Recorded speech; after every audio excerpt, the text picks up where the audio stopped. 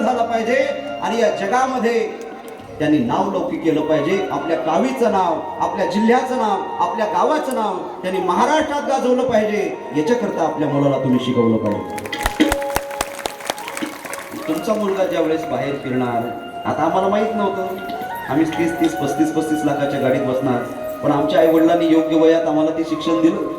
आम्हालाही कळत नव्हतं की आम्ही काय होणार म्हणून, पण ज्ञानोबा यांनी कृपा केली, आमच्या गुरुवर यांनी कृपा केली, म्हणून आज आम्ही तुमच्या पुढे 4-2 गोष्टी बोलू शकतो, 4-2 गोष्टी सांगू शकतो. आणि तुमचा मुलगा काशीला पाठवणार का नाही, हरिद्वारला पाठवणार नाही. बाईला एकच टेन्शन असतं, मुलानं संन्याशी होऊ नये, बस. आमच्या आईला तेच टेन्शन होतं, मुलाला तर काशीला पाठवलं, ती भूमी वैराग्याची आहे. यदा कदाचित त्यांनी जर संन्यास घेतला तर मग काही खरं.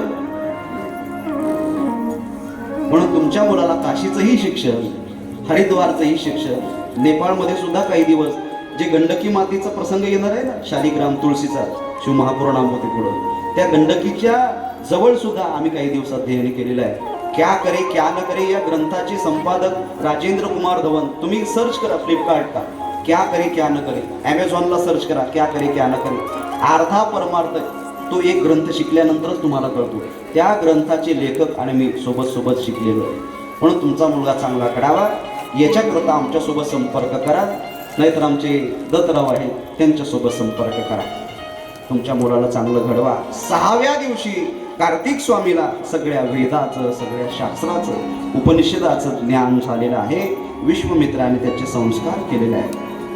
कैलास पर्वतावर जिथे महादेव आणि पार्वती माता बसलेली आहे, नंदिकेश्वराने कार्तिक स्वामीला तिथे आणलं आणि सगळ्या गणांनी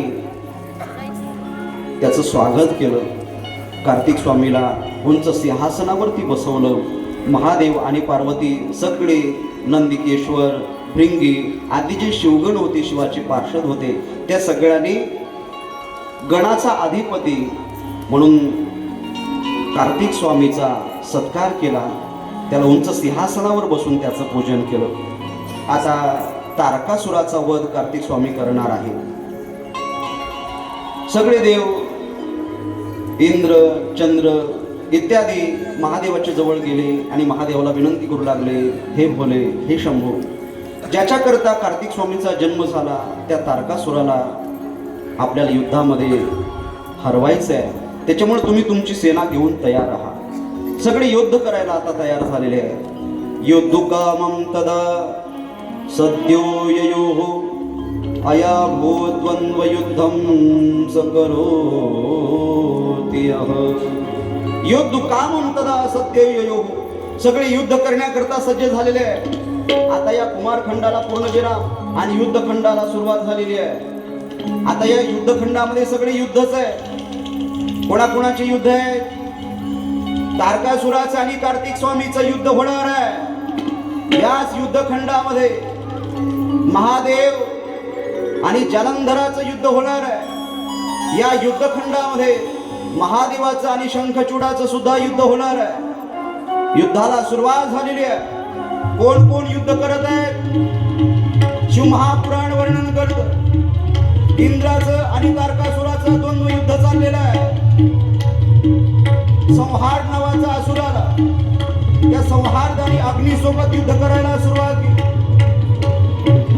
यमराजांनी जंभासोबत युद्ध करायला सुरुवात केलेली आहे. महाप्रभूंनी निवृत्तीसोबत युद्ध करायला सुरुवात केली. वरुण नावाच्या देवानी बलासुरासोबत युद्ध करायला सुरुवात केलेली आहे. सुवीर नावाच्या दानवाने वायूसोबत युद्ध करायला सुरुवात केली. शुंभ नावाच्या दानवाने शेषासोबत युद्ध करायला सुरुवात केली आणि कुंभ नावाच्या असुराने चंद्रासोबत युद्ध करायला सुरुवात केली. घनघोर युद्ध सुरू आहे. सर्वांचं गदा युद्ध सुरू झालं.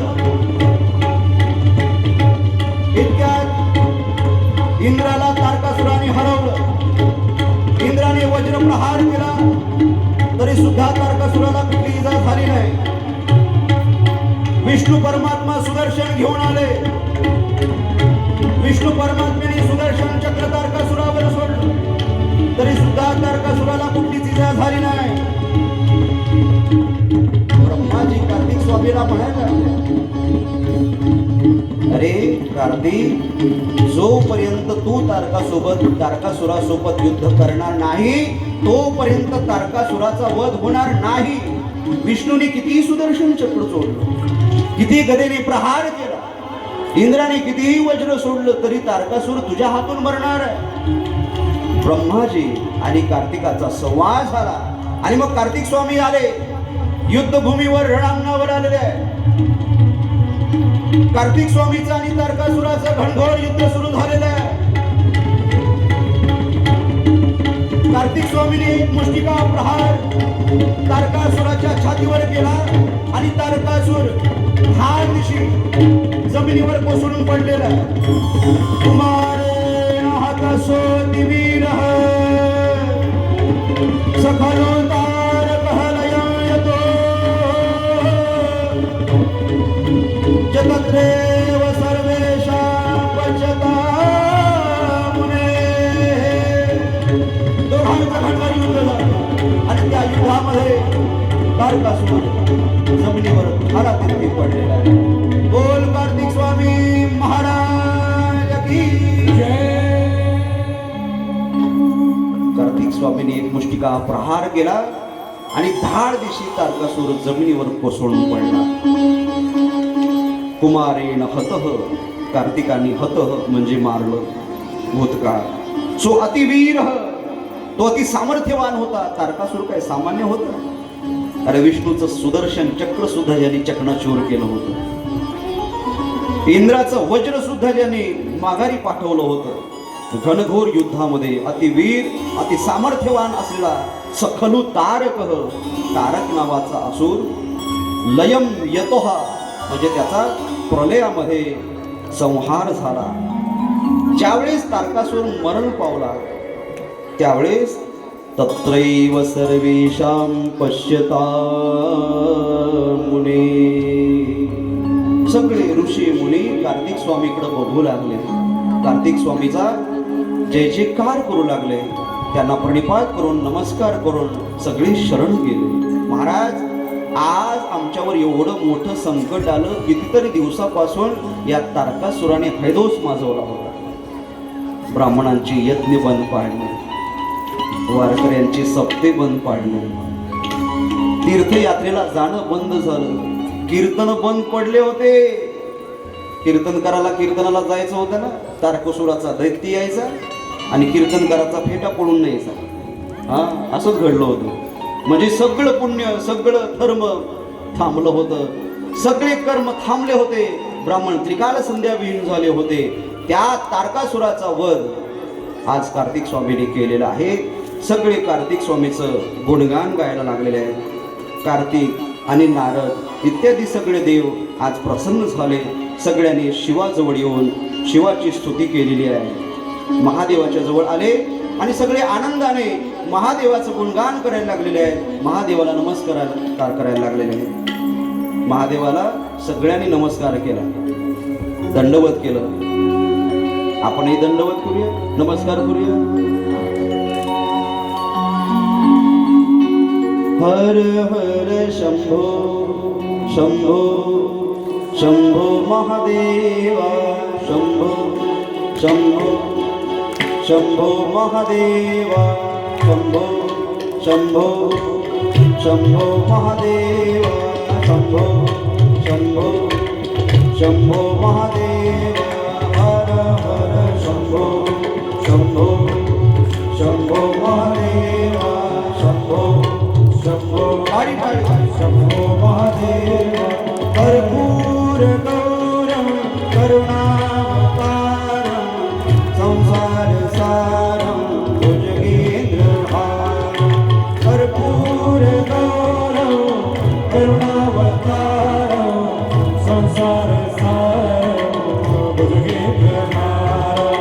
कर्पूर गौरम करुणावतारम संसार सारम भुजगेंद्रहारम. कर्पूर गौरम करुणावतारम संसार सारम भुजगेंद्रहारम.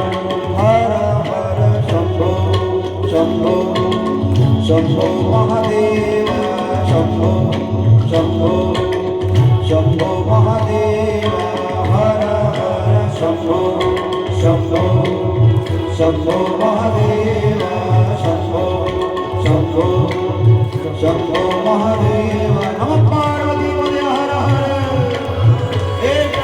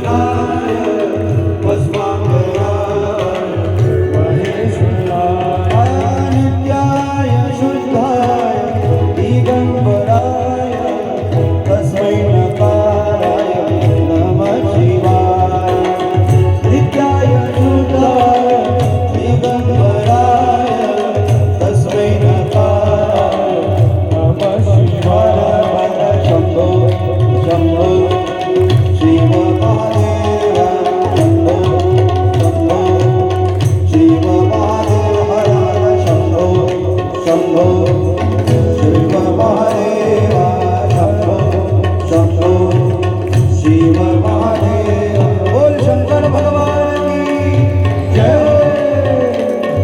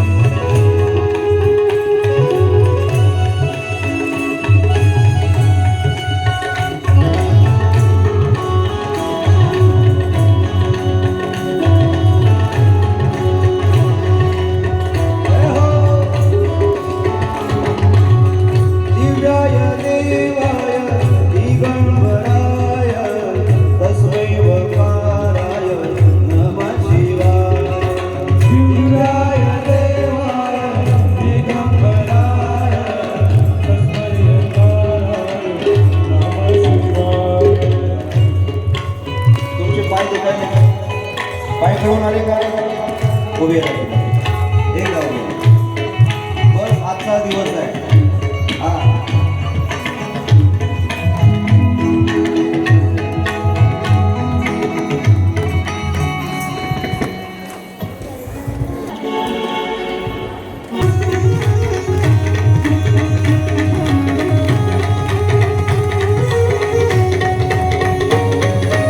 Dum dum dum dum dum dum dum dum dum dum dum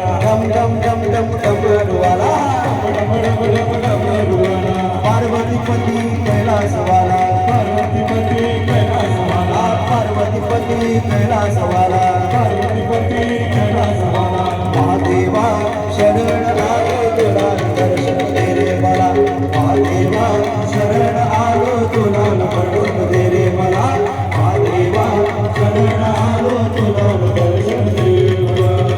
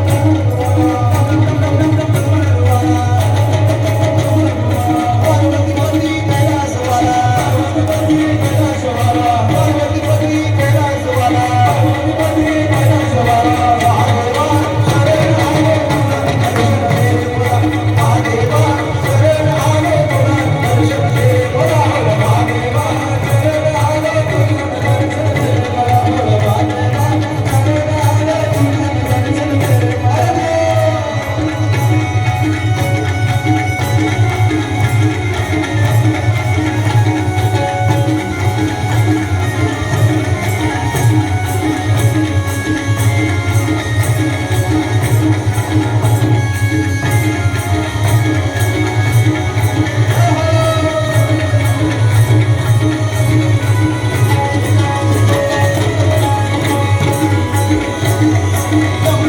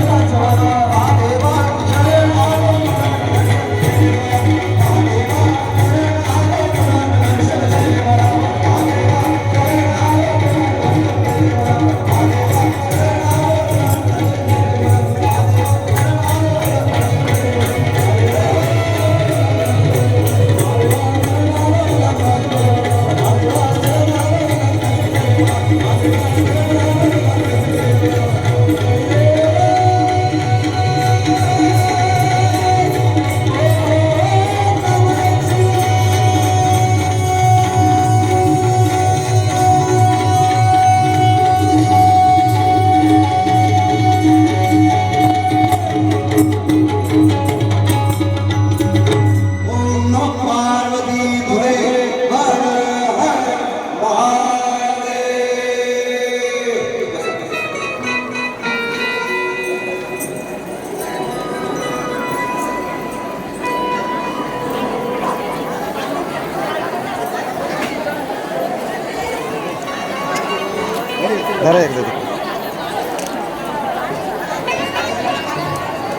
बसा बसा बसा बसा.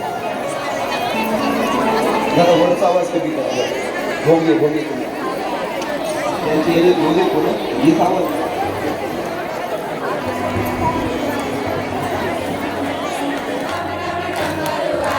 डम डम डम डम डमरुवाला डम डम डम डम डम डम डमरुवाला डम डम डम डम डम. वा रे वा. वा छान मस्त आनंद घेतला. एकदा स्वतःसाठी जोरदार टाळ्या वाजवा. तुझ्या कपाळी भस्माचा टिळा तुझ्या कपाळी भस्माचा टिळा महादेवा महादेवा शरण आलो तुला न दर्शन दे रे मला.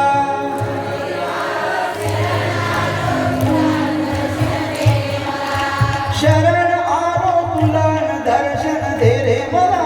शरण आलो तुला न दर्शन दे रे मला. कोकणी गीत कोकणातले लोक लय आवडीने म्हणतात. ऐरणी कोकणी. आता 2 मिनिटापूर्वी कोकणात जाऊन आलो आपण. हा त्या लोकांचं गीत खूप आवडीनं भजन केलं. कशामुळे भजन केलं? कशामुळे भजन केलं? हातपाय मोकळे व्हावं म्हणून भजन केलं. सगळ्यांचे हातपाय मोकळे होतात. म्हणजे तर 3 तास 4 तास कथेत बसणं काही सोपं. आसन सिद्ध झालं पाहिजे. आसनात आपण ज्या बसतो ना ते आसन सिद्ध होण्याकरता 4, 5, 6, 7, 8 तास एका आसनामध्ये बसण्याची सवय करा. तर आवाज मोकळा. 3 तास 4 तास देवाचं ध्यान करता करता एका आसनात बसायचं. पद्मासन घाला नाही तर नुसतं मांडी घालून बसलं तरी चालते. आसन सिद्ध झालं पाहिजे.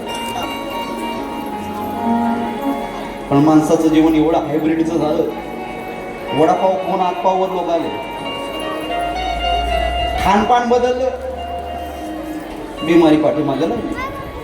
आपल्या खाण्याकडं लक्ष द्या. सकस आहार करा. युक्त आहार. आवाज कमी करा. नेम इंद्रियासी नसावी बासर. निद्रा जास्त नसावी. जास्त बोलणं नसावं. सकस आहार घेतला पाहिजे. रोज भजन पापड भजन पापड भजन पापड खाल्लं की काय होतं आम्हाला विचार. रोज गुलाबजामुनचा सपाटा. हे सांगू का दत्ताभाऊ? आमच्या 4 जणांचं वजन मोजा 2-2 किलो वाढलेलं असं.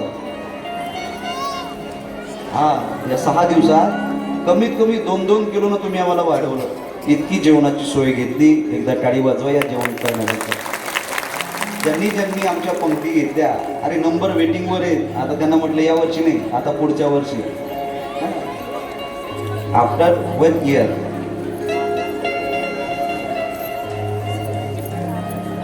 छान, खूप प्रेम दिलं तुम्ही. 6 दिवस कसे निघून जात सांगे कळत नाही. झालं उद्याचा 7वा दिवस. तुम तुम्हारे घर हम हमारे. आनंद आला. अगदी घरासारखं तुम्ही आम्हाला वागवलं. आम्हाला आठवण पण आली नाही आमच्या घरच्यांची. इतके सुंदर दिवस गेले. कसे दिवस निघून गेले कळत सुद्धा नाही. चांगले दिवस लवकर निघून जातात. तुम्ही चांगलं जेवण दिलं. जेवण चांगलं पाहिजे बरं का माणसाचं. जेवणावरच शरीर आहे. शरीरम खलु धर्म साधनम.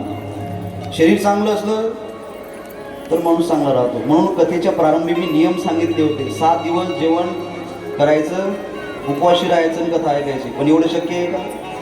मरतील लोक पटकन. हां, पंक्तीवाल्याचं कसं होईल? उपवाशी राहून कधी ऐकण्याचा नियम आहे. पण आपण त्याला बाजूला सारलो. एकदा जेवा, एकदा जरी नसेल तरी 2दा जेवलं तरी चालते. पण कथा मन लावून ऐका. ही तुमची व्यथा नष्ट केल्याशिवाय राहणार. आहार चांगला पाहिजे. आहार शुद्ध हो सत्व शुद्धी. आहार चांगला असला की माणसाचा सत्व गुण प्रबळ होत असतो. म्हणून शरीर चांगलं पाहिजे. काही माणसाला एवढं खायची सवय, एवढं खायची सवय, खाल्लं गिरी चवलं, खाल्लं गिरी चवलं, खाल्लं गिरी चवलं. नाही, सवय असते खायचं मापात असलं पाहिजे. ढेर काढ निघलेलं काय का माझं? ढेरी निघली काय? ढेरी निघली की बिमाऱ्या वाढल्या. म्हणून फिट राहिलं पाहिजे माणसाने एकदम. आम्ही प्रयत्न करणार आहोत. ढेरी निघली पाहिजे. कोणाची? महाराजाची. महाराजाला सुट. कारण लोक काय पाहतात माहिती आहे का? लोक एक महाराजाची गाडी पाहतात. गाडी आहे, येईल 12 तारखेला इनोवा, तुमच्या कृपेनं गाडी आहे. गाडी पाहतात, गाडी पाहतात. गाडी नाही बघ, ढेरी पाहतात. 3 गोष्टी असल्या की तो महाराज. नाही तो लोक म्हणतात पोरगची. लोकांवर इम्प्रेशन पडलं पाहिजे. तुमची पर्सनॅलिटी पाहून लोक तुमच्या जवळ येतात. तुमची पर्सनॅलिटी डेव्हलप करा. हा, हे ठेरगाड घेऊन लोक पुढे येतात. याच्यातल्या अर्ध्या लोकाला जर उठून उभं केलं 2 किलोमीटर पळायला लावलं तर पळू शकत नाहीत. काही अटॅक करून मरतील. असे शरीर झालेले आहेत आपले. युक्त आहार विहार. माणसाने आहार कामापुरता एक भुक्त असलं पाहिजे. माहिती? छत्रपती शिवाजी महाराज फक्त 1 टाइम जेवण करत होते. किती? 1 टाइम. एकच वेळ जेवण करायचे. संध्याकाळी जेवत नव्हते. आपल्या सुमारच नाही खाण्याचा. येऊ द्या, आण देऊ, आण देऊ, आण देऊ, मग लवकर जाम देऊ, जाम देऊ, जाम देऊ. आहार परिमित असला पाहिजे. नियम सगळ्यांनी पाळले पाहिजे. आनंद घेतला आपण सगळ्यांनी. पाय मोकळे केले, आसन सिद्ध झालं की मग उठून उभं राहायचं काम नाही जास्त. 4-4 तास लोक आसन सिद्ध करतात. पण आपलं एवढं आयदी जीवन झालं, एवढं आयदी जीवन झालं, एवढं आयदी जीवन झालं. पहिले कशाच्याच मशनी नव्हत्या, पण आता सगळ्याच्या मशनी तयार झाल्या. चपात्या लाटायची सुद्धा, चपात्या करायची सुद्धा मशीन निघली. मी ऐकलेले आहे की नाही? फक्त उंडा टाकला की चपाती बाहेर निघते. आता तुम्हाला भात शिजवायसाठी ते गाडग्याचं काम नाही. कुकर निघले, शिट्टी झाली की भात तयार. वरणासाठी कुकर झालं. पहिले आमच्या मातामाय माऊल्या पाणी आणताना एखाद्या विहिरीवरून पाणी घेऊन यायच्या. व्यायाम व्हायचा. विहिरीचं पाणी बकेटनं काढायच्या, थोडं व्यायाम व्हायचा. धुण्यासाठी व्यायाम व्हायचा, कसरत व्हायची. पण आता धुण्यासाठी वॉशिंग मशीन आली आणि विहिरी आटल्या आणि आमच्या घरी मोटरनं जागा घेतली. आता डायरेक्ट बटन दाबलं की पाणी नळीतून किचनमध्ये. सगळ्या सुखसुविधा झाल्या.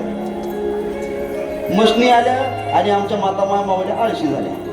मी तर देवाला अशी विनंती करतो, देवा किसन महाराज आमच्या माता मावल्यांसाठी अशी एखादी मशीन काढ एखादा पाहुणा आला की त्या मशीनमध्ये टाकायचा, जेवून ढेकर देऊनच बाहेर निघला पाहिजे, म्हणजे स्वयंपाक करायचं कामच नाही. हा त्रास वाचल आपला. इतकं आयदी जीवन झालं, इतकं आयदी आसन सिद्ध झालं पाहिजे माणसाचं. कुठल्याही गोष्टीला शारीरिक कसरत महत्वाची आहे. वरचा आवाज कमी करा, खाली द्यायला असतो, इको कमी करा थोडं गाताना. आसन सिद्ध झालं पाहिजे. हे आसन सिद्ध करण्यासाठी कार्तिक स्वामी एका पर्वतावर गेले. त्याचं नाव आहे क्रौंच पर्वत. ऐका, काय नाव आहे बोला? क्रौंच पर्वत. अजून सुद्धा कार्तिक स्वामी त्या क्रौंच पर्वतावर बसलेले आहेत. साधना आसन सिद्ध करून, तपश्चर्या आसन सिद्ध करून करायला लागलेले आहेत. कार्तिक स्वामी आस्था गायक त्या क्रौंच पर्वताला कधी सोडत नाहीत. म्हणून आसन सिद्ध करण्यासाठी थोडं एक पॉइंट इको. त्या क्रौंच पर्वतावर कार्तिक स्वामी गेलेले आहेत.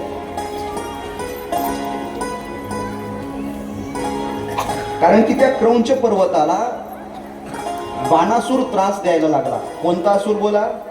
बाणासूर. पूर्वी पर्वत सुद्धा उडायचे, पर्वताला सुद्धा पंख असायचे बरं का. पण त्या पर्वताला ऋषीचा श्राप भेटला आणि पर्वत जमिनीवर स्थिर झाले. आता जो गोवर्धन आपण पाहतो ना, गोवर्धन पर्वत, तो गोवर्धन पर्वत सुद्धा काशीला एक धौम्य नावाचे ऋषी घेऊन चालले होते त्याच्यावर तपश्चर्या करण्यासाठी. पण जसा तो वृंदावनात आला, त्याला वृंदावन आवडलं आणि ते स्वतःचा भार त्यांनी त्या ऋषीच्या, धौम्य ऋषीच्या शरीरावर दिला. आणि मग त्या ऋषींनी भार सहन झाला नाही म्हणून त्या गोवर्धन पर्वताला वृंदावनात त्या जागेवर ठेवलं. आणि मग त्या ऋषीने श्राप दिला, जा तू स्वतःचा भार वाढवला ना, मी तुला श्राप देतो, तिळ तिळ तिळ तिळ तू कमी कमी कमी कमी होत जाशील. अजूनही तुम्ही वृंदावनला गेले तर गोवर्धन पर्वत थोडा थोडा थोडा थोडा थोडा थोडा कमी. ज्या दिवशी तो पूर्ण पृथ्वीमध्ये सामावेल त्या दिवशी हे सगळं जग नष्ट होईल, असा श्राप गोवर्धन पर्वताला लागलेला आहे. म्हणजे आपले जे पर्वत आहे ते पर्वत पहिले उडत होते, त्याला पंख होते. असाच क्रौंच नावाचा एक पर्वत होता. त्या पर्वतावर बाणासूर आला आणि त्या पर्वताला त्रास देऊ लागला. त्या पर्वताने कार्तिक स्वामीची आराधना केली, त्यांना विनंती केली आणि कार्तिक स्वामींनी बाणासुराचा वध केला आणि त्या क्रौंच पर्वताला त्याच्या तावडीतून वाचवलं. आवाज व्यवस्थित करा. दुसरा एक असुर होता, त्याचं नाव होतं प्रलंबासूर. त्या प्रलंबासुराचा सुद्धा वध कार्तिक स्वामींनी केला. आणि त्याच क्रौंच नावाच्या पर्वतावर 3 लिंगाची स्थापना कार्तिक स्वामींनी केली. किती? 3. कार्तिक स्वामींनी अजून सुद्धा, तुम्ही जर तिकडे क्रौंच पर्वतावर गेले तमिळनाडूमध्ये, तर तिथे तुम्हाला कार्तिक स्वामींनी स्थापन केलेले 3 लिंग अजून बघायला मिळतात. त्याच्यामधलं पहिलं लिंग आहे, त्याचं नाव आहे प्रतिशेश्वर लिंग. दुसरं लिंग आहे कपालेश्वर लिंग. कोणतं बोला? कपालेश्वर लिंग महादेवाचं. आणि तिसरं लिंग आहे, त्याचं नाव आहे कुमारेश्वर लिंग. या 4 महादेवाच्या लिंगाची स्थापना त्या क्रौंच नावाच्या पर्वतावर कार्तिक स्वामी करतात. आता कार्तिक स्वामीच्या जन्मानंतर, तारकासुराचा वध झाल्यानंतर शिवमहापुराणामध्ये गणपतीच्याही जन्माची कथा येते. तुम्ही गणपती आणता का घरी? गणेश चतुर्थीला आणता ना? कुठून आणता? कुठून आणता? शहरातून, गावातून, कुंभारदाच्या घरून गणपती आणता? नाही. वा, तुम्ही मूर्ती आणता. गणपती आणायसाठी ताकद पाहिजे. हा, मूर्ती आणता, मूर्ती. पोर गणपती बसवतात ना, आहे की नाही? लहान लहान पोरं. गणपती नाही, गणपतीची मूर्ती बसवतो आपण. हा, आणि पोर काय म्हणतात? माझ्या पप्पांनी गणपती आणला, माझ्या पप्पांनी गणपती, माझ्या पप्पांनी, गाडी गाडी गाडी, माझ्या पप्पांनी गणपती आणला, माझ्या पप्पांनी गणपती आणला, माझ्या पप्पांनी गणपती आणला, गणपती आणला. शंकर आणि पार्वती, शंकर आणि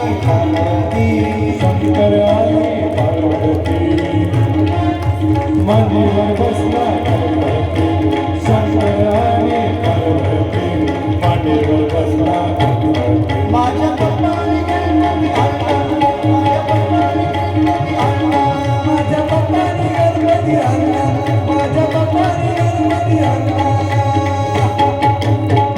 गणपती बाप्पा मंगल मूर्ती. माझ्या पप्पानी गणपती आणला. 2 वर्ष आणला ना आपण, आणला कथेत मागच्या वर्षी झालं असेल, त्याची मागच्या वर्षी आणला असेल, म्हणून या वर्षी सुद्धा आपण गणपतीला आणलं. पण त्या गणपतीची अशी कहाणी आहे, वेगवेगळे मन्वंतर आहे, वेगवेगळे कल्प आहे. ज्ञानोबऱ्यांची समाधी 108वी आहे सध्या आळंदीला. ज्ञानोबऱ्यांची 108 नावं आहेत बरं का. सह्याद्री खंडामध्ये, पुराणामध्ये सह्याद्री खंड नावाचा एक खंड आहे स्कंद पुराणांतर्गत. त्या सह्याद्री खंडामध्ये भारतातल्या सगळ्या तीर्थांचं, नद्यांचं, ऋषींचं, मुनींचं वर्णन आहे. पण तो सह्याद्री खंड मी किती दिवसापासून शोधतोय, मला मिळाला नाही. नेटवर थोडाच त्याचा भाग उपलब्ध आहे. त्या सह्याद्री खंडामध्ये ज्ञानोबराय किती झाले, म्हणजे जे ज्ञानोबराय आळंदीत पाहतो ना, ते एक नाहीच झाले, ज्ञानोबराय 108 झालेत. 108वी समाधी आहे अष्टोत्तरसे. हा, समाधी अष्टोत्तरसे असा उल्लेख संतांनी सुद्धा केलेला आहे. हे गणपती सुद्धा अनेक प्रकारचे आहेत, अनेक प्रकारचे कल्प आहेत. त्याच्यातलं एक श्वेत कल्प नावाचं कल्प आहे. ऐका, युग किती आहेत? युग 28. आता 28व्या युगामध्ये विठ्ठल पांडुरंग विटेवरती उभा आहे. 28व्या युगामध्ये पांडुरंग सध्या विटेवर उभा आहे. कोणासाठी? भाविकासाठी उभा, भाविकासाठी उभा, भाविकासाठी उभा, भाविकासाठी उभा, भाविकासाठी उभा, भाविकासाठी उभा, भाविकासाठी उभा, भाविकासाठी उभा, भाविकासाठी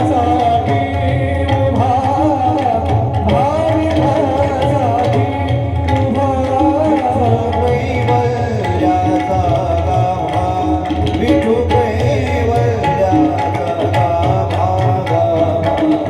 भाविकासाठी उभा, भाविकासाठी उभा, भाविकासाठी उभा, भाविकासाठी उभा.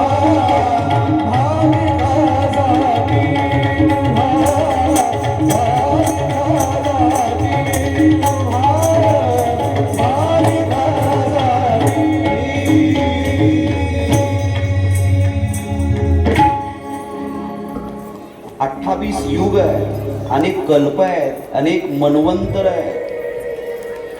कल्पभेदानं शिव महापुराण ज्या गणपतीचं वर्णन करतं तो गणपती असा. गणपतीचे अनेक उदाहरणं तुम्हाला सांगता येतील, पण माझ्याकडे वेळ नाही. त्याच्यामुळे आपण शिव महापुराण ज्या गणपतीचं वर्णन करतो त्या गणपतीचं इथे आख्यान ऐकायचं आहे. कल्पभेदाने एक दिवस श्वेत कल्पामध्ये, ऐका, कोणतं कल्प आहे? श्वेत कल्प. आता श्वेत वाराह कल्प आहे. कोणतं कल्प आहे आता? श्वेत वाराह कल्प.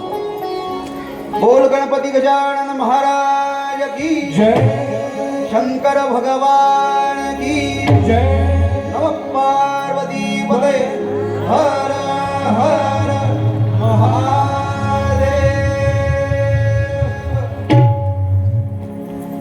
श्वेत वाराह कल्प सध्या सुरू आहे.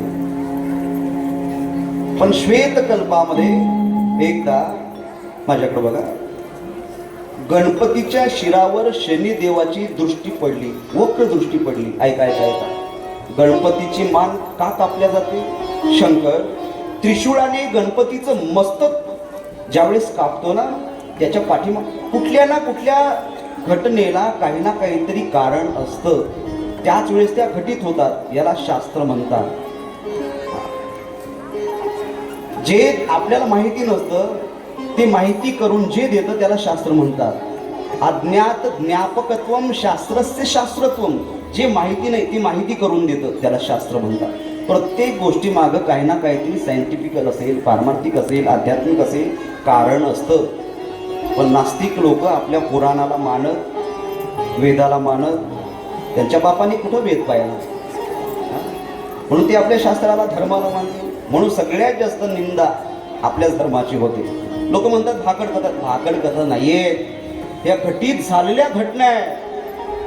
शनिदेवाची वक्र दृष्टी गणपतीच्या शिरावर पडते, त्याच्यामुळं गणपतीचं शिर श्वेतकल्पामध्ये महापुराण, शिव महापुराण वर्णन करतं, उडतं. कोण उडवतं? आता लक्ष देऊ नये का. पार्वती माता स्नान करण्याकरता जायची, पण सगळ्या सखी आणि पार्वती मातेने विचार केला, सगळे गण, सगळे देवाचे पार्षद देवाच्या सेवेत निमग्न असतात. मग आपलाही कोणीतरी एखादा अधिपती असला पाहिजे, गणाधिपती असला पाहिजे, जो आपलं रक्षण करेल. आपली प्रायव्हसी, आपलं रहस्य, आपलं गुह्य हे इतरांसमोर जाता कामा नये. म्हणून पार्वती मातेनं स्वतःच्या मळापासून निर्माण केलेला पुत्र म्हणजे गणपती. बोल गजानन गणपती महाराज की जय. सा देवी वपुषो मल संभवा पुरुष निर्ममो मल संभवम.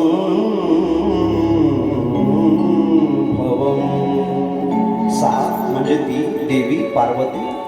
वपुषो, वपू म्हणजे कांती, शरीर, देह. मलसंभवम स्वतःच्या मळाने एक दिवस पार्वती माता एक पुरुषम निर्ममो, एका पुरुषाला निर्ममो जन्माला घालते, तयार करते. तोच पुत्र गणेश या नावानं प्रसिद्ध होतो. आणि मग ज्यावेळेस त्या पुरुषाचा जन्म झाला, तो पुरुष म्हणू लागला, तो कुमार म्हणू लागला, तो बालक म्हणू लागला, हे माते किम कार्यम विद्यते, मी काय कार्य करू. माझा जन्म तू कशासाठी घातला, मला कशासाठी तू निर्माण केलं. त्यावेळेस माता पार्वती म्हणायला लागलेली आहे, हे बालक तू आमचा द्वारपाल हो. द्वारपालोद्भवाद्य मे, द्वारपालोद्भवाद्य मे. आम्ही ज्यावेळेस स्नान करण्यासाठी जातो त्यावेळेस आमच्या स्नानगृहाकडे कोणी येणार नाही याच्याकरता तू आमच्या द्वाराजवळ उभा राहा. आणि पार्वती मातेने काय केलं माहिती का, लक्ष द्या माझ्याकडे बघा. पार्वती मातेनं एक दिव्य शस्त्र, दिव्य स्तंभ, दिव्य काडी त्याच्या हातात दिली आणि मग तो ते शस्त्र घेऊन पार्वती मातेच्या स्नानगृहाचं रक्षण करू लागला. एक दिवस शंकर परमात्मा माता पार्वतीला भेटण्याकरता स्नानगृहाकडे जायला लागले. इतक्यात गणपतीने अडवलं. गणपतीने अडवल्यानंतर गणपती म्हणायला लागला, विना मदाद्याम सत्पुत्रम नैव आयान मद ग्रहांतरम. माझ्या आईची आज्ञा आहे, कोणीच माझ्या आज्ञेशिवाय स्नानगृहाकडे जाऊ शकत नाही. शंकर परमात्म्याने खूप समजावलं, मी तुझा पिता आहे, मी महादेव आहे, मी भोलेनाथ आहे. तरी पार्वती मातेनं सांगितलं होतं, कोणी जरी असेल तरी स्नानगृहाकडे त्याला येऊ द्यायचं नाही. शंकर कोपले, राग आला. गणपती ऐकायला तयार नाही. इतक्यामध्ये कोपी क्वापी हटा. पार्वतीने सांगितलं तो कोपी, कोणी जरी असलं, क्वापी, कितीही त्यांनी आग्रह केला तरी त्याला माझ्या स्नानगृहाकडे येऊ द्यायचं नाही. महादेव तिथं आले आणि महादेव गणपतीला समजावून सांगायला लागले, अरे मी तुझा बाप आहे, मला जाऊ दे. मी तुझा भ्रातृ आहे, मला जाऊ दे. तरी सुद्धा गणपती ऐकत नाही. गणपती महादेवाला काय बोलले पाहिजे ऐका. गणपती महादेवाला म्हणायला लागले, तुम्ही कोणीही असा पण माझ्या आईची आज्ञा आहे, कोणीच त्या आज्ञेचं उल्लंघन करू शकत नाही. मातुराज्ञा विना देव गम्यतां तत्त्वया अधुना. माझ्या आईच्या आज्ञेशिवाय कोणी आत जाऊ शकत नाही. शिवाने समजावलं, शिवाचं ऐकलं नाही. मग शिवगण आले, नंदी आला, भृंगी आला. दोघांनी सुद्धा गणपतीला समजावून सांगितलं, अरे बाबा, तू ज्याच्या पुढं उभा आहे तो जगाचा मालक आहे. कर्तुम अकर्तुम अन्य कर्तुम शक्ती संपन्न आहे, देवाधिदेव आहे, आणि तू त्याला अडवतोस, तू त्याला अडवू नको. गणपती ऐकायला तयार नाहीये. मग शिवगणांचं आणि गणपतीचं युद्ध झालं. एवढं घनघोर युद्ध झालं, एवढं घनघोर युद्ध झालं.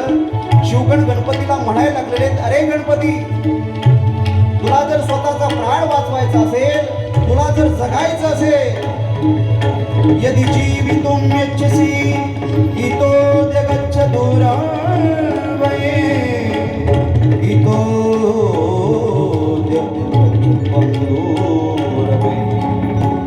तुला जर जगायचं असेल, यदि जीवितुम इच्छसि इतो जगच्छ दूरं, तू इथून दूर निघून जा. गणपती ऐकायला तयार नाही. गणपतीनं ऐकलं नाही. इतक्यात नंदीकिशोरांनी गणपती दोन्ही पाय पकडले. गणपतीने आपल्या जवळ असलेल्या शस्त्राने त्या नंदीचं शरसंधान केलं. ब्रह्मदेव सुद्धा आलेले आहे, विष्णू सुद्धा आलेले आहे, भृंगी आला. या सगळ्यांना गणपतीने परास्त केलेलं आहे. ज्यावेळेस ब्रह्मदेव आले, ब्रह्मदेव आल्यानंतर ब्रह्मदेवाची दाढी गणपतीने पकडलेली आहे आणि गणपतीने ब्रह्मदेवाच्या दाढीला झटका दिला. ब्रह्मदेव घाबरले. हा, आणि ब्रह्मदेव म्हणायला लागले, गणपती, क्षम्यताम क्षम्यताम देव, न युद्धर्थम समागतः, मला क्षमा कर, मला क्षमा कर, मी ते युद्ध करण्याकरता आलो नाही. विष्णू परमात्मा आले, सुदर्शन चक्र घेतलं, गणपतीच्या बाजूला सोडलं. गणपतीने तो सुदर्शन चक्र सुद्धा चकनाचूर केलं. कार्तिक स्वामी आले, कार्तिक स्वामीला सुद्धा सळो की पळो करून गणपतीने सोडलेलं आहे. विष्णूचं आणि गणपतीचं घनघोर युद्ध सुरू झालं. शिवानी सुद्धा त्रिशूळ घेतलं आणि गणपती सोबत युद्ध सुरू केलेलं आहे. विष्णूला गणपतीने प्रहार केला आणि भूमीवर पाडला. भूमो निपपातः स विष्णु, भूमो निपपातः स विष्णु. विष्णू भूमीवर पडले आणि इतक्या शंकराला वेळ मिळाला. ज्यावेळेस गणपती भूमीवर पडलेल्या विष्णूला पाहायला लागले, शंकर परमात्म्याने त्रिशूळ घेतलं आणि गणपतीचा शिरच्छेद केला. आगत्य त्रिशूले तच्छिरो निरकृततः, तच्छिरो निरकृततः. या सगळ्या युद्धांचा आवाज पार्वतीच्या कानावरती पडला. पार्वती जशी बाहेर आली, आपल्या मुलाचं शिर कटलेलं पाहिलं, राग आला माता पार्वतीला. जशा डोळ्यातून जाळा निघायला लागलेल्या. पार्वती सुद्धा आपल्या शरीरातून गिरिजा देवी चिक्रोधामी मुनीश्वर, आपल्या शरीरामधून कराली नावाच्या एका देवीला प्रगट करते. कुब्जवर्मा, खंजा, लंबशीर्षा, शक्त्या, अनेक प्रकारच्या शक्तीला प्रगट करते. आणि ज्या शक्ती पार्वती देवीच्या अंगामधून प्रगट झाल्या, त्या सगळ्या शक्ती सगळ्या देवांना खाऊ लागल्या. ज्या ज्या देवतावर त्या शक्तींची दृष्टी चालली होती, ते सगळे देव त्या सगळ्या शक्ती खाऊ लागल्या, गिळंकृत करू लागल्या. इतक्यात सगळ्या देवांनी नारदजी जवळ जाऊन नारदजीचं स्तुती करून नारदजीला प्रसन्न करून घेतलं. कारण नारद हे पार्वतीचे गुरु आहे. सगळ्यांना वाटलं आता पार्वती कोपलेली आहे, कोणाचं ऐकणार नाही. आता नारदाने जर पार्वतीला शांत केलं तरच तरी शांत होणार आहे. कारण की नारद पार्वतीचे गुरु आहे. म्हणून सगळ्या देवांनी नारदाची स्तुती केली. नारद पार्वती जवळ आले. नारायण नारायण नारायण नारायण नारायण नारायण नारायण. सगळ्या देवांनी नारदजीला प्रणाम केला, नमस्कार केला. आणि सगळे ऋषी, देव, नारदासमोर हात जोडून नारदाला विनंती करतात. सुरर्षय उचू, नारदजी तुम्ही या देवीचा जो राग आहे तो शांत करा. जर हिचा राग शांत झाला नाही तर हिच्या शरीरातून निर्माण झालेल्या ज्या ज्या शक्ती आहे त्या त्या सगळ्या शक्ती ज्या ज्या देवाकडे त्या शक्तींची नजर जाईल गिळून घ्यायला लागलेलं आहे. पृथ्वीवर एकही देव शिल्लक राहणार नाही. नारदजीला सगळ्यांनी प्रार्थना केली. त्यावेळेस नारदजी उमेला माता पार्वतीला नमस्कार करून तिची स्तुती करायला लागले. जगदंब नमस्तुभ्यं शिवाय च नमस्तुते, चंडिकायै नमस्तुभ्यं, कलान्यै च नमोस्तुते, कलान्यै च नमोस्तुते. सगळ्यांनी भवानीला प्रणाम केला आणि भवानी मातेची स्तुती केली. शांत झालेली पार्वती माता सगळ्यांच्या स्तुतीने प्रसन्न झाली आणि देवीने सगळ्यांना सांगितलं, ऐका, तुम्ही माझ्या ज्या पुत्राचा शिरच्छेद केला ना, ज्याच्यासोबत इतकं घनघोर युद्ध केलं, अरे त्याचं वय किती, निदान वय तर पाहायचं. आमच्या रक्षणासाठी आम्ही त्याला जन्माला घातलं आणि एवढ्या लहान लेकराला मारायला सगळ्या त्रिभुवनातले देव आले. तुम्हाला थोडी तरी लाज वाटायला पाहिजे. माझा एवढा लहान बाळ, एवढं लहान लेकरू, आणि त्याला मारण्यासाठी जगातले सगळे देव इथं आले. विष्णू आले, ब्रह्माजी आले, साक्षात महादेव सुद्धा त्रिशूळाने शिरच्छेद करतात. तुम्हाला काहीच वाटलं नाही एवढ्या छोट्या पोराचा वध करतात. आज माझं गाऱ्हाणं तुमच्या पुढे मी मांडते.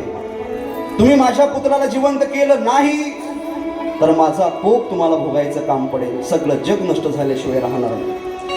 मत्पुत्रो यदि जीवितः तदा संहरणं नहि, तदा संहरणं नाही. मत्पुत्रो माझा मुलगा यदि जीवेत, जर जिवंत होईल तर मी थांबवेल, नाहीतर तुमचा संहार केल्याशिवाय राहणार नाही. एवढंच नाही, अजून दुसरं मागणं मागायचंय मला. यथा हि भगवता मध्ये पूज्योयम च भविष्यती, तुमच्या सर्वांमध्ये हा पूज्य झाला पाहिजे. सगळ्यांच्या पूजेच्या आधी याची पूजा झाली पाहिजे. भविष्यती, भविष्यामध्ये हा गणेश म्हणून प्रसिद्ध झाला पाहिजे. सगळ्या देवाचं पूजन करण्याच्या आधी सगळ्या जगातल्या लोकांनी याचं पूजन केलं पाहिजे. हे जर तुम्ही मला दिलं तर मी तुम्हाला वाचवू शकते. माझा पुत्र जिवंत करा आणि त्याला सर्वांचा पूज्य बनवा. शंकर, महादेव पार्वतीचं ऐकतात आणि उत्तर दिशेला काही शिवगणांना पाठवतात. सगळे शिवगण उत्तर दिशेला गेले आणि एका कापलेल्या हत्तीचं शीर घेतलं आणि ते शीर गणपती बाप्पाला बसवलं आणि सगळ्या देवतांनी आशीर्वाद दिले, जा आजपासून तुम्ही गणांचे अधिपती व्हाल. गणांचे अधिपती, गणांचा ईश म्हणून नाव पडलं गणेश. बोल गणपती भगवान की जय. गजानन गणपती महाराज की जय. आता सगळे देव गणपतीची पूजा करायला लागलेले आहे. सगळ्यांनी गणपतीला वरदान दिलेलं आहे. कार्तिक स्वामी, नंदी, भृंगी, माता पार्वती, पार्वतीच्या सगळ्या सखा, एवढंच नाही, माता शारदा सुद्धा कैलास पर्वतावरती आलेली आहे आणि त्या कैलास पर्वतावर ब्रह्माजी गणपतीचं वर्णन करायला लागले. माता सरस्वतीनं वीणा घेतला आणि गणपतीचं वर्णन करायला सुरुवात केली.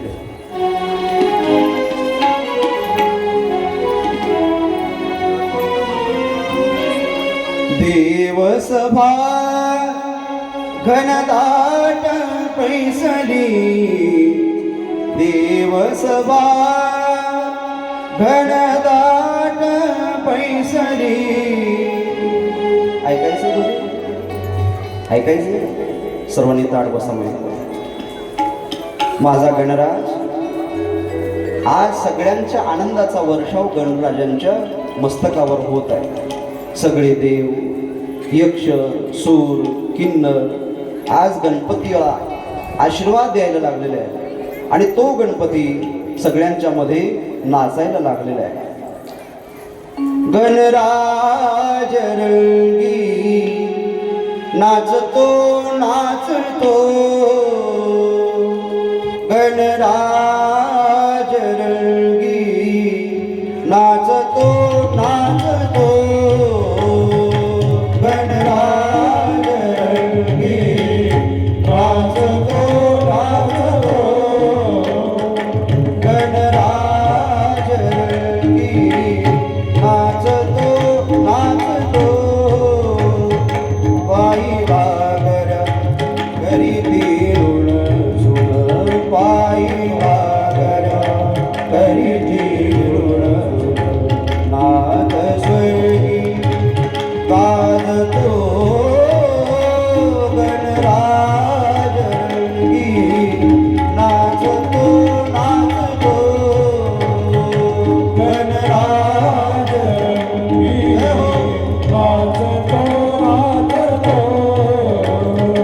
गणराज रंगी नाचतो नाचतो. हरि बोल. बोल गजानन गणपती महाराज की जय हो.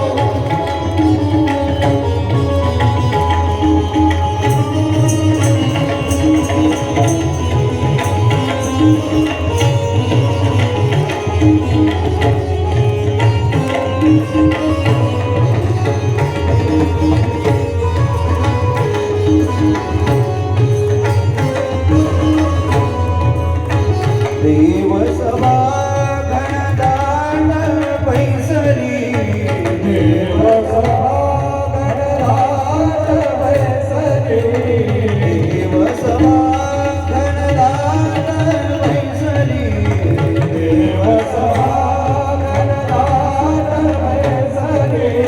नित्य गायनी मनी हर्षरी, नित्य गायने मणिहर्षरी, नित्य गायनी मनी हर्षरी, नित्य गायने मणिहर्षरी.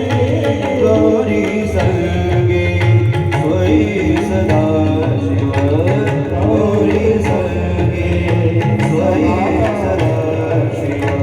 शिशु कौतुक पाहतो, गणराज रंगी नाचतो नाचतो, गणराज रंगी नाचतो नाचतो. जय हो.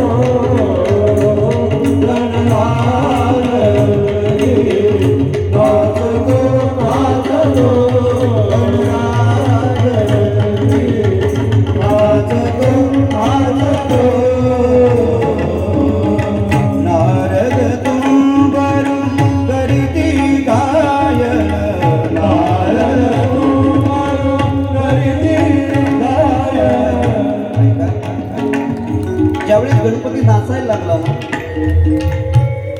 त्या गणपतीच्या जवळ नारदजी आलेले, तुंबरू आलेले आहेत, ब्रह्माजी सुद्धा गायन करायला लागलेले आहे. एवढंच नाही, साक्षात शारदा वीणा वाजवायला लागलेली आहे.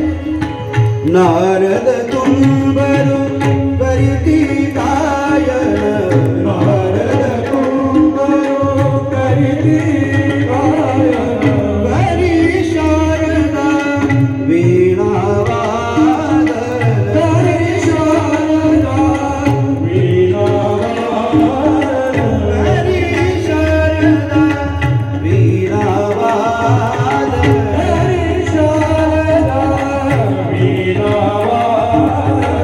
ब्रह्मा करीतो कालही रंगो, ब्रह्मा करीतो कालही रंगो. मृदंग दिवी मृदंग दिवी वाजतो गणराज रंगी, नाचतो नाचतो गणराज रंगी, नाचतो गणराज रंगी, नाचतो नाचतो गणराज रंगी, नाचतो नाचतो. पायी गागऱ्या करीती ऋण चुण, पायी गागऱ्या करीती ऋण चुण, नाथ स्वर्गी पोचतो गणराज रंगी, नाचतो नाचतो. बोल गजानन गणपती महाराज की जय. पार्वती पदे हर हर महादेव. किती छान भजन होते. अशी जुने भजनं ऐकावीशी वाटतात. नाही तर सत्य आशाचा आवाज करून गणपती माझा